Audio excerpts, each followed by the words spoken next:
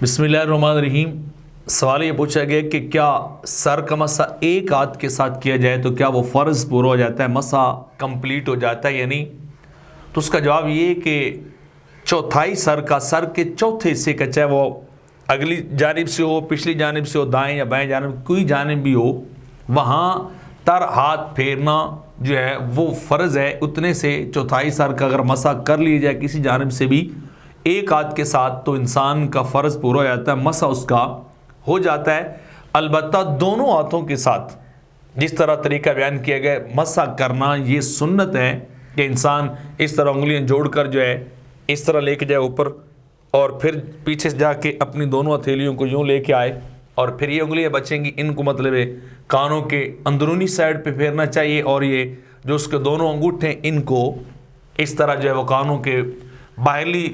طرف پھیرنا چاہیے، اور ہاتھوں کی اس سائڈ کو جو بیک سائڈ ہے اس طرف کے ہتھیلیوں سے الٹی سائڈ وہ اپنی دونوں گردن کے اوپر جو ہے پھیرنا چاہیے۔ تو ہر جتنی کوشش ہو انسان سنت کے مطابق زندگی گزارنے والا ہو، آقا علیہ الصلوۃ والسلام کی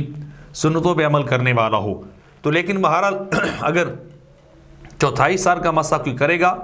ایک ہاتھ سے کر لے جیسے بھی کر لے، اس کا مسح جو ہے وہ ہو جائے گا۔ در مختار رد المختار کے اندر بھی اس طرح مسئلہ بیان کیا گیا ہے، اور اس کے بعد اور دیگر فقہ کی جو کتابیں فتاوی شامی کے اندر بھی اسی طرح ہی جو ہے وہ مسح کے بارے میں لکھا گیا ہے کہ انسان کو جو ہے وہ چوتھائی حصہ مسح کرنا یہ فرض ہے، اور مکمل سر کا مسح کرنا یہ سنت ہے۔ بہرحال مسح انسان کا ہو جائے گا۔